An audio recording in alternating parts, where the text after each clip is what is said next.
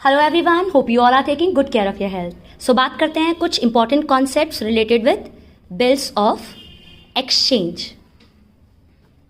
सो अगर ए ने बी को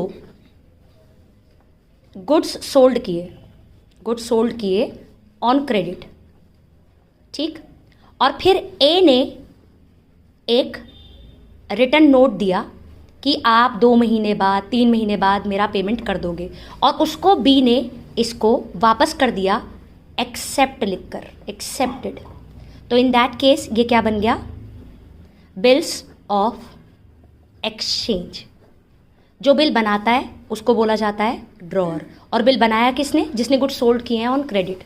जो उस बिल को एक्सेप्ट करता है उसको बोला जाता है ड्रॉई, and ड्रॉई is the person who has taken goods on credit.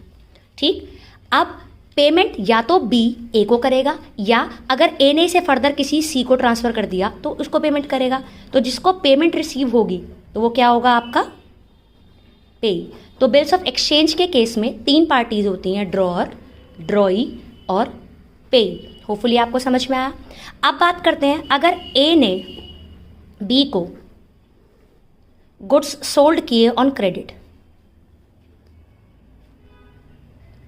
फिर भी खुद से रिटर्न में एक प्रॉमिस दे दे कि मैं 2 महीने बाद आपका पेमेंट कर दूंगा, तो इसके लिए एक्सेप्टेंस की तो रिक्वायरमेंट है ही नहीं, क्योंकि बी अपने आप से ये एक्सेप्टेंस दे रहा है। तो इस केस में बिल को बनाने वाला पर्सन कौन है?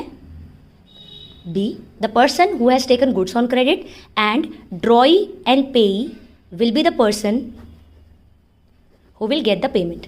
बिल्स ऑफ एक्सचेंज के केस में भी ड्रॉअर भी पेई हो सकता था और पेई थर्ड पर्सन भी हो सकता था। इस सिनेरियो में भी वही है, ड्रॉअर, लेकिन ड्रॉई और पेई सेम पर्सन हो सकते हैं। इस चीज को बोला जाता है प्रॉमिसरी नोट।